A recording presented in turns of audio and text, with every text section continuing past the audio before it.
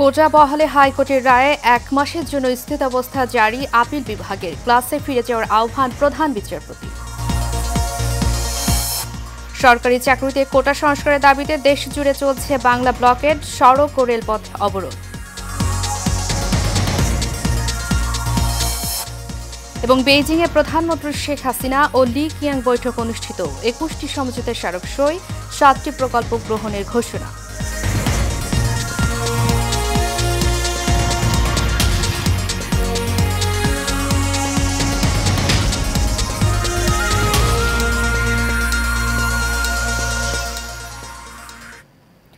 স্বাগত এশিয়ান নিউজে। আপনাদের সাথে আছি আমি উর্মি আক্তার। এতক্ষণ শুনছিলেন বিআরবি কেবল নুরাসিস লিমিটেড সংবাদ শিরোনাম। এবারে চলে যাচ্ছি পুরো খবরে। সরকারি চাকরির প্রথম ও দ্বিতীয় শ্রেণীতে মুক্তিযোদ্ধা কোটা পদ্ধতি বাতিলের সিদ্ধান্ত অবৈধ ঘোষণা করে হাইকোর্টের দেওয়া রায় স্থিতাবস্থা জারি করেছে আপিল বিভাগ। প্রধান বিচারপতি ওবায়দুল হাসানের নেতৃত্বে ৫ বিচারপতির আপিল বেঞ্চ এ আদেশ দেয়। এ আদেশের ফলে মুক্তিযোদ্ধা কোটা বাতিল করে ২০১৮ সালে সরকারের জারি করা পরিপত্র বহাল থাকছে বলে জানিয়েছেন আইনজীবীরা। এ সময় শিক্ষার্থীদের ক্লাসে ফেরার আহ্বান জানান প্রধান বিচারপতি। আগামী ৪ সপ্তাহ পর এ বিষয়ে ফের শুনানি হবে। এর আগে গত ৪ জুলাই সরকারি চাকরির প্রথম ও দ্বিতীয় শ্রেণীতে মুক্তিযোদ্ধা কোটা পদ্ধতি বাতিলের সিদ্ধান্ত অবৈধ ঘোষণা করে হাইকোর্টের দেয়া রায় আপাতত বহাল রাখেন আপিল বিভাগ। এটাকে সংশোধন করে একটা সংস্কারমূলক নির্দেশনা দিতে পারবেন, অথবা আরো হাই পাওয়ার কমিটি গঠন, যে কোনোভাবে অ্যাপিলেট ডিভিশন নির্দেশনা দিতে পারবে। এদিকে সরকারি চাকরিতে সকল গ্রেডে অযৌক্তিক ও বৈষম্যমূলক কোটা বাতিল করে ১ দফা দাবি আদায়ে সকাল সন্ধ্যা বাংলা ব্লকের কর্মসূচি পালন করছে আন্দোলনরত শিক্ষার্থীরা। সকাল 10:30টায় কোটা আন্দোলনের ১০ম দিনে ঢাবির কেন্দ্রীয় গ্রন্থাগারের সামনে থেকে বৈষম্য বিরোধী ছাত্র আন্দোলন প্ল্যাটফর্মের ব্যানারে তৃতীয় দিনের মতো এই ব্লকেট কর্মসূচি শুরু হয়।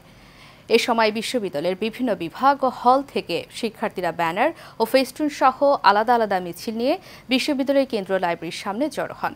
পরে মিছিল নিয়ে ক্যাম্পাসের গুরুত্বপূর্ণ স্থান প্রদক্ষিণ করে শাহবাগ হয়ে বিভিন্ন মোড়ে মোড়ে অবস্থান নিচ্ছেন তারা। এছাড়াও দেশের বিভিন্ন বিশ্ববিদ্যালয় ও কলেজে চলছে এই আন্দোলন। এদিকে দেশের বিভিন্ন স্থানে রেলপথ ও মহাসড়ক অবরোধ করেছে শিক্ষার্থীরা।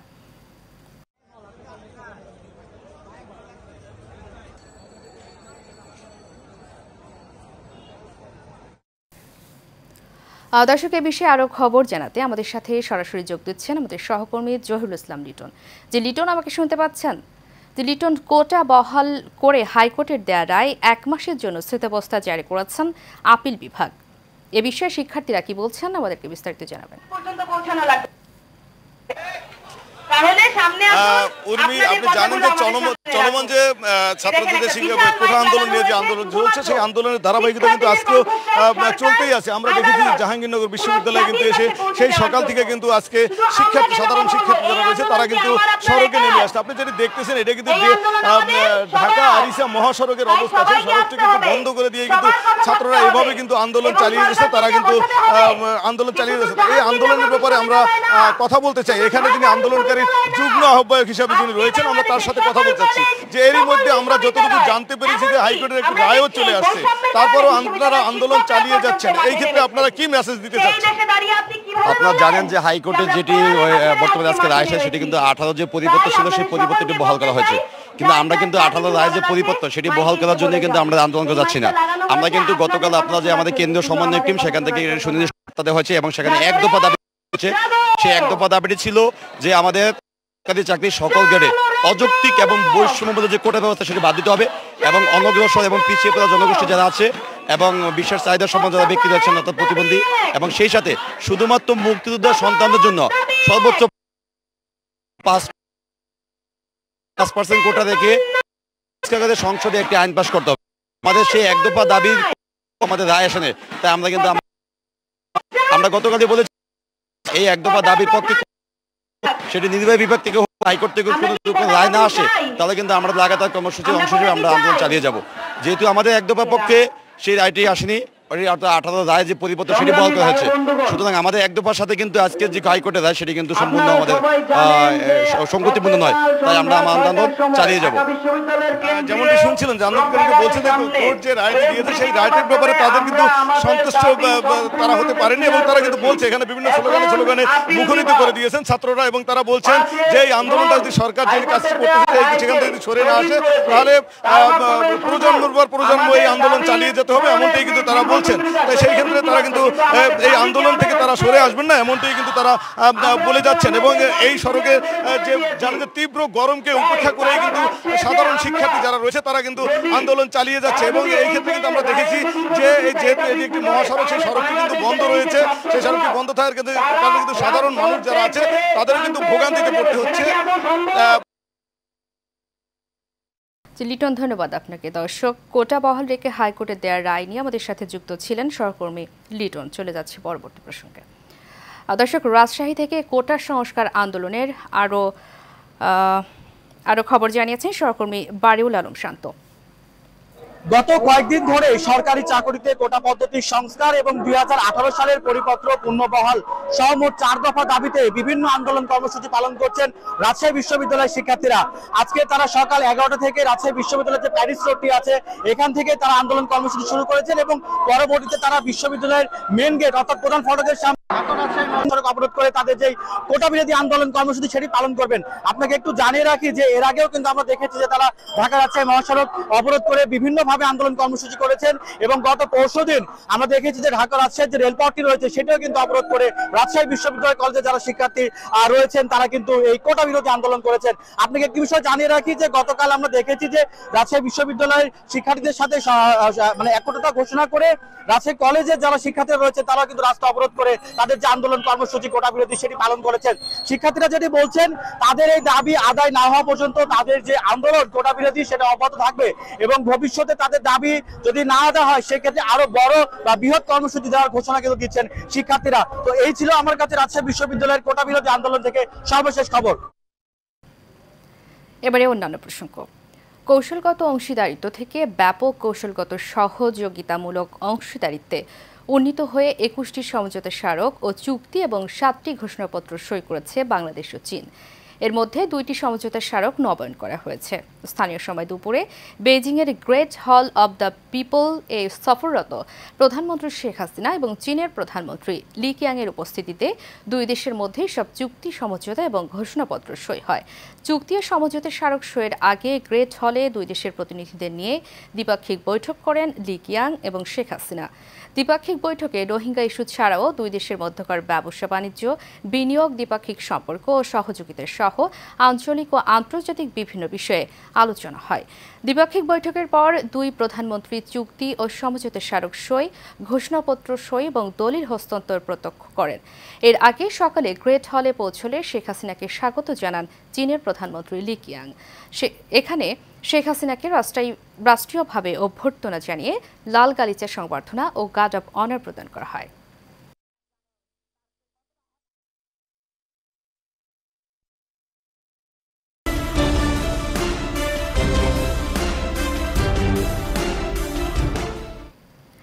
আবারও কোটা আন্দোলন প্রসঙ্গ।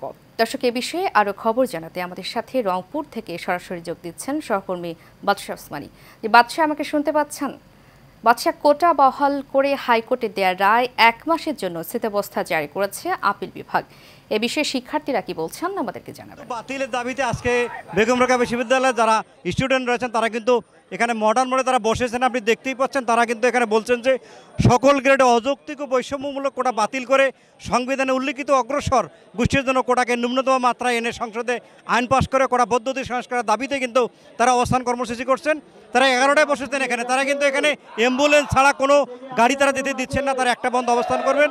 তারা বলছেন যে আমাদের যৌক্তিক দাবি, এই দাবিগুলো যদি সরকার মেনে নেয় সেক্ষেত্রে কিন্তু আমরা এই রোড থেকে যাব, নতুবা প্রতিনিয়ত তারা প্রতিদিন তারা আন্দোলন করবেন। তারা বলছেন যে আমরা মুক্তিযুদ্ধের বিরুদ্ধে না, আমরা মুক্তিযোদ্ধাদের বিরুদ্ধে না, আমরা মুক্তিযোদ্ধার পক্ষে, মুক্তিযুদ্ধের পক্ষে। কিন্তু আমাদের এই কোঠা শুধুমাত্র যদি মুক্তিযুদ্ধের জন্য করা হয়, শুধুমাত্র যদি কোনো গোষ্ঠীর জন্য করা হয়, সেক্ষেত্রে আমরা মানব না। আমরা সকলকে সম্মান রেখে, সরকারকে সম্মান রেখে সংসদে আইন পাস করে এই কোটা পদ্ধতি যাতে পুনর্বহাল করা হয়। 18-র যে প্রপত্র করা হয়েছিল সেই অনুযায়ী 18 সালে ফিরে গিয়ে সেটা করা হবে, এমনটি আশা করছেন এখানকার যারা আন্দোলনরত শিক্ষার্থীরা রয়েছেন। তারা বলছেন যে আমরা কখনো সরকার বিরোধী এখানে কোনো আন্দোলন করছি না এবং এখানে মুক্তিযুদ্ধ এবং মুক্তিযুদ্ধের বিরুদ্ধে আমরা আন্দোলন করছি না।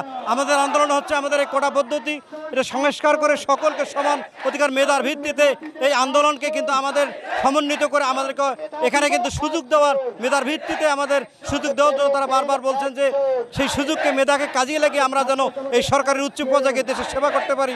সেক্ষেত্রে তারা আজকে মাঠে নেমেছেন। তারা বলছেন যে আমরা এই দেশকে এগিয়ে নিতে মেধার ভিত্তিতে আমরা সব কিছুতে মেধার ভিত্তিতে আমরা এগিয়ে গিয়ে কিন্তু আমরা এই দেশকে এগিয়ে নেব। এখানে আমরা মুক্তিযুদ্ধের বিরুদ্ধে আসিনি, মুক্তিযোদ্ধাদের বিরুদ্ধে আসিনি। এখানে সরকারের বৈষম্যমূলক নীতিকে তারা আইন পাশ করে, সংসদে আইন পাশ করে তারা এই কোটাকে তারা সংযুক্ত করে এখানে যে আইনের মাধ্যমে 18 সালে করা হয়েছিল সেই 18 সালে ফিরে গিয়ে আবারও তারা বহাল করবে, সেই আশায় কিন্তু তারা আজকে মাঠে বসেছেন। যদি এখানে তারা এই বাতিল না করে সরকার, তাহলে তারা এই আন্দোলন চালিয়ে যাবেন, এমনটি জানিয়েছেন উর্মি। বাদশাহ, ধন্যবাদ আপনাকে। দর্শক, কোটা আন্দোলনের খবরটি আমাদের সাথে রংপুর থেকে যুক্ত ছিলেন সহকর্মী বাদশাহ ওসমানী। চলে যাচ্ছি পরবর্তী প্রসঙ্গে। এ পর্যায়ে থাকছে বন্যা পরিস্থিতির খবর। দেশের বন্যা কবলিত নিম্ন অঞ্চল ও নদী তীরবর্তী এলাকায় পরিস্থিতি ধীরে ধীরে স্বাভাবিক হচ্ছে। নদী তীরবর্তী এলাকায় বাঁধে আশ্রয় নেওয়া মানুষেরা ফিরছে বাড়িতে। তবে নিম্ন অঞ্চলের বাড়িঘর থেকে পানি নেমে যেতে আগামী সপ্তাহ পর্যন্ত সময় লাগতে পারে বলে জানিয়েছে পানি উন্নয়ন বোর্ড। টানা কয়েকদিন বাড়ার পর কমতে শুরু করেছে বগুড়ার যমুনার পানি। গত 24 ঘন্টায় 9 সেন্টিমিটার পানি কমে এখন বিপদসীমার 33 সেন্টিমিটার উপর দিয়ে পানি প্রবাহিত হচ্ছে। পানি কমে যাওয়ার সঙ্গে সঙ্গে বাড়ছে নদী ভাঙন। অন্যদিকে বন্যার পানি কমলেও হতাশা আর দুশ্চিন্তায় পড়েছে বন্যা কবলিত এলাকার পরিবারগুলো। চরাঞ্চলের কৃষিভিত্তিক যাদের জীবন জীবিকা চরম বেকায়দায় পড়েছেন তারা। পানি নেমে গেলেও বন্যার কারণে কর্মহীন হয়ে পড়ায় খেয়ে না খেয়ে দিন কাটাচ্ছেন দিনমজুর এই পরিবারগুলো। ঘরের মধ্যে মানে অনেক পানি হয়েছে, খুব কষ্টতে আমরা চলে যাচ্ছি। বাদে তুলতে এসে হাঁস মুরগি সব ভেসে চলে গেছে, খাওয়ার কষ্ট, থাকার কষ্ট। বন্যায় বাড়ি ঘরে পানি এবং 4-5 বিঘা জমি পাট খায় গেছে গা। তা মাননীয় এমপি মহোদয়, এখান থেকে এমপি মহোদয় শারদা মান্না, ইনি আমাদের অনেক সুযোগ সুবিধা খোঁজখবর রাখে এবং ত্রাণ সহযোগিতা করে। দর্শক, গাইবান্ধার বন্যা পরিস্থিতির আরও খবর জানিয়েছেন সহকর্মী খালেদ হোসেন। ধন্যবাদ। গাইবান্ধার সবগুলো নদ নদীতেই কমতে শুরু করেছে বন্যার পানি কমতে থাকায় বন্যা পরিস্থিতির উন্নতি হতে শুরু করলেও বন্যা কবলিত এলাকাগুলো থেকে পানি নামছে ধীর গতিতে। ফলে বন্যায় বাড়ি ছেড়ে অন্যত্র আশ্রয় নেওয়া অধিকাংশ পরিবার এখনও ফিরতে পারছে না তাদের বাড়িতে। কিছু কিছু পরিবার তাদের বাড়িতে ফিরতে পারলেও এখনও স্বাভাবিক হয়নি পরিস্থিতি। পানি কমতে শুরু করলেও বন্যা কবলিত এলাকা মানুষের দুর্ভোগ এখনও কমেনি। এসব এলাকায় মানুষের খাবারের পাশাপাশি গবাদি পশুর খাদ্যের সংকট দেখা দিয়েছে। সরকারি বেসরকারিভাবে ত্রাণ কার্যক্রমের কথা শোনা গেল, সরকারি ছাড়া বেসরকারি তেমন কোনো সংগঠনের ত্রাণ কার্যক্রম আমাদের চোখে পড়েনি। গেল কয়দিন ধরে বন্যায় কর্মহীন হওয়া পড়া দিন এনে দিন খাওয়া মানুষ এখন মানবতার জীবন যাপন করছেন। যমুনা ব্রহ্মপুত্র নদীর পানি ফুলছড়ি পয়েন্টের 13 সেন্টিমিটার কমে বিপদসীমার 35 সেন্টিমিটার উপর দিয়ে প্রবাহিত হচ্ছে। আর কতোয়া নদীর পানি গত 24 ঘন্টায় 11 সেন্টিমিটার ও তিস্তা নদীর পানি 10 সেন্টিমিটার বৃদ্ধি পেলেও এখনও বিপদসীমার নিচে অবস্থান করছে। অন্যদিকে ঘাঘর নদীর পানি কমতে থাকা অব্যাহত আছে, এখন বিপদসীমার নিচে অবস্থান করছে। এই ছিল আমার কাছে গাইবান্ধা থেকে বন্যা পরিস্থিতির সর্বশেষ।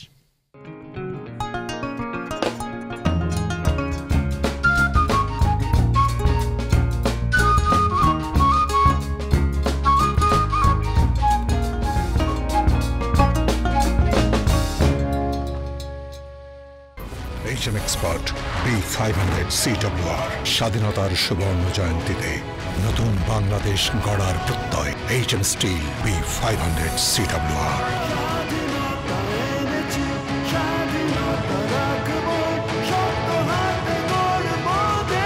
HM Steel। চট্টগ্রামে কোতোয়ালি থানার পরিবেশ সুরক্ষা আন্দোলনের সদস্য নূর মোহাম্মদকে বসত বাড়ি ছেড়ে দিতে একটি মহল বিভিন্ন হুমকি ভয়ভীতি প্রদর্শন করছেন বলে অভিযোগ করেছেন। এক সংবাদ সম্মেলনে তিনি বলেন, ইতোমধ্যেই তারা সীমানা নির্ধারণ ওয়াল, গেট ও গাছ ভেঙে ফেলেছে একটি মহল। জীবনের নিরাপত্তার জন্য তিনি নিকটস্থ কোতোয়ালি থানায় সাধারণ ডায়েরি করেছেন। এ সময় উপস্থিত ছিলেন বাংলাদেশ পরিবেশ সুরক্ষা আন্দোলনের চেয়ারম্যান এম হাশেম রাজু মোহাম্মদ। শেষ করবে সে নিউজ। তার আগে বিআরবি কেবল ইন্ডাস্ট্রিজ লিমিটেড সংবাদ শিরোনামগুলো জানিয়ে দেবো আরও একবার।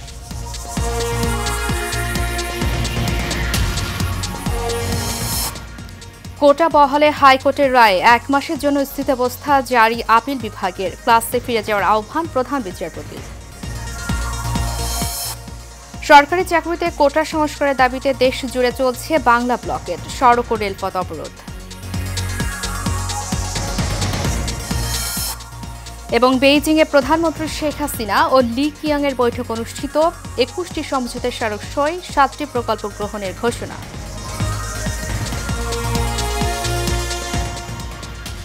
এশিয়া নিউজ এ পর্যন্তই। পরবর্তী সংবাদ দেখার আমন্ত্রণ জানিয়ে শেষ করছি। ধন্যবাদ সবাইকে।